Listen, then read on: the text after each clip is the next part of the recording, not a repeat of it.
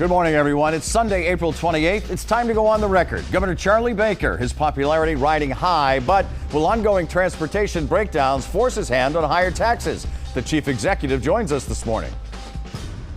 We can do universal college and knock back the student loan debt burden. Senator Elizabeth Warren making bold policy statements in the race for president, but why are her poll numbers so low? And the battle for President Trump's taxes?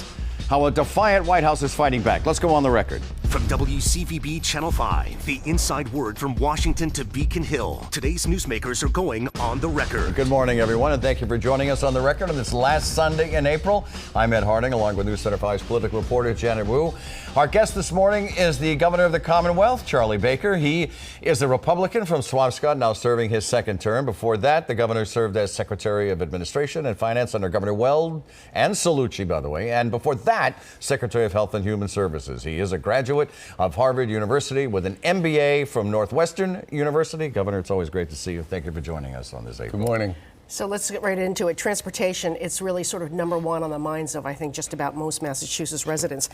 We're talking about the MBTA, we're talking about traffic congestion, we're talking about the ridiculous long commutes. You campaigned 5 years ago against raising taxes until you got government running efficiently and the fat cut out. You've had time to do that. This is your second term. So a new poll now shows that 80% of Massachusetts residents really are willing to back new taxes to fix the problem. Are you? Well, first of all, I appreciate the fact that congestion is an issue, which is one of the reasons why we're doing a congestion study, which should be out sometime in the next 60 to 90 days, maybe sooner depending upon some of the data collection efforts. I think part of the issue we face is driven by the success we've had economically. We have more people working than any time in state history, which means we have more people going to and from work. I think the investments we're planning to make in public transportation, which are historic over the course of the next 5 years, $8 billion, maybe more, depending upon a few things, more than twice what we've ever spent in any 5-year period, will make a big difference with respect to the performance of the T. And we're planning to spend a similar number on roads and bridges, which again, outside of the big dig, it's pretty hard to find a time period when we've ever spent that much. One of the big challenges we'll face with respect to our spending on transportation assets generally is you got to do them in a way that doesn't create complete disruption for the people who actually use those assets to get to and from work and travel generally. But look, my commute's changed over the course of the past 4 years. As more people have been working, I've seen my own commute change. So I get it. Sure. So you don't think there's any need to raise taxes, or you are willing to look at it? I think we're, like I said, we're going to spend historic amounts over the course of the next 5 years on our road and bridge program and on our public transportation system, and we're going to do it with existing resources. I mean, there's a limit. But is this a hard and fast no need to raise taxes, or you'll take a look at it?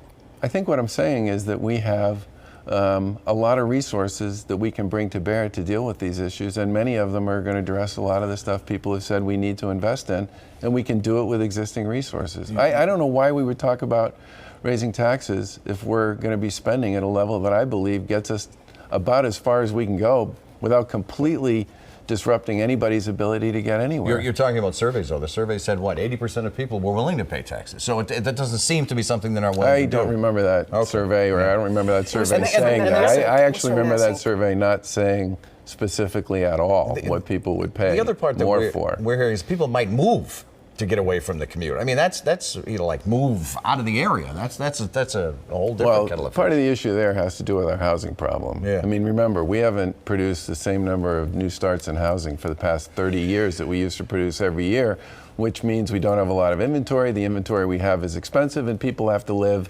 very far away to get to work or school or wherever they're going. Another transportation issue. We need to deal with this housing.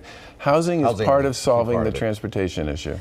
Very quickly, Uber and Lyft, that's also part of the transportation craziness that's going on right now. You are backing a proposal to not allow them to drop off passengers at terminals.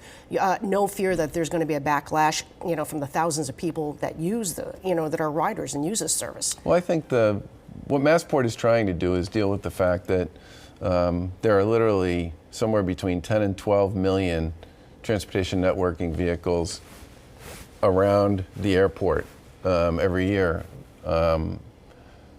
Rides, not vehicles. And And a big number of them, 5 million by the estimates they're using, are empty. And I think one of the things they're trying to do is to create a process and a program that would reduce the number of so-called deadhead rides.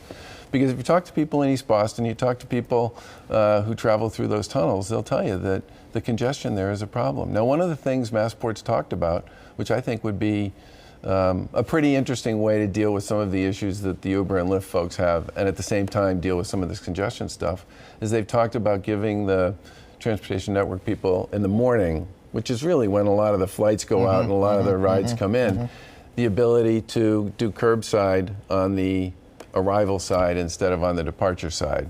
Right. Because the departure side in the morning, curbside is a mess. Yeah, that could be a mess. All right, let's talk about colleges. High school seniors at this time of year are making the decisions where their next step is going to be in their lives. UMass President Marty Meehan is threatening to hike tuition another 2.5% if he doesn't get just a little under $600 million he asked for in the new budget. So the question is, do you take that threat seriously?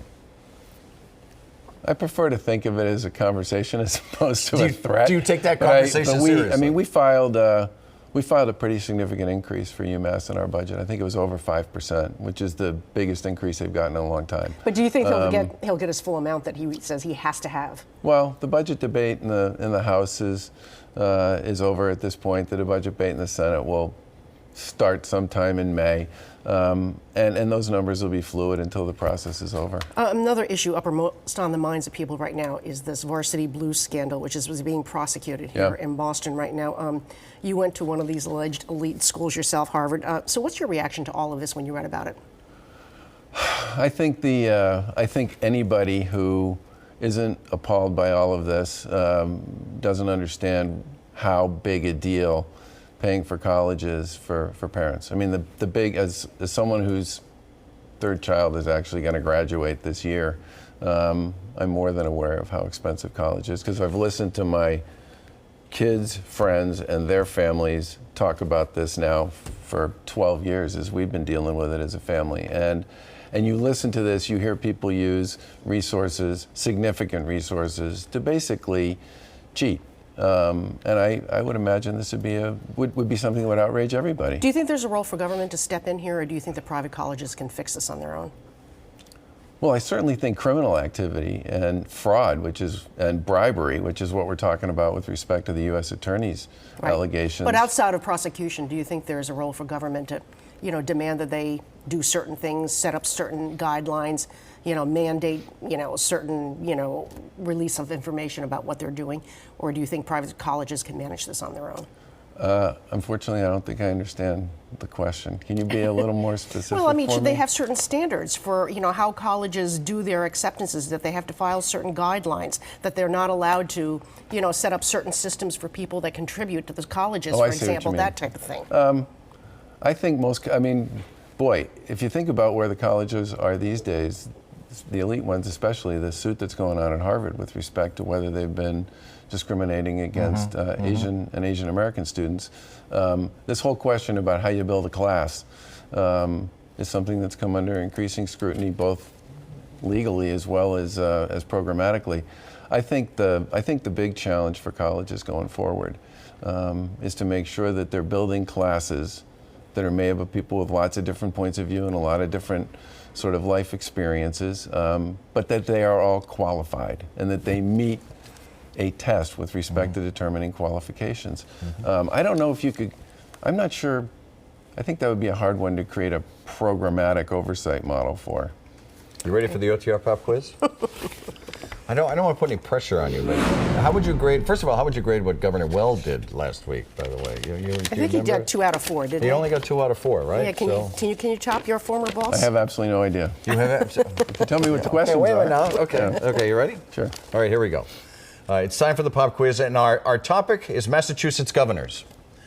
Look at the screen. John Hancock, the first elected governor, resigned from office early, claiming a medical issue. Some say it was to avoid the economic turmoil that led to Shays' rebellion, but here it is. What was his medical issue? Severe headaches, recurring fever, or gout? I think it was gout. It was gout. One historian wrote that his 2 chief resources were his money and his gout. So it was gout. All right, you're 1 for 1. By the way, he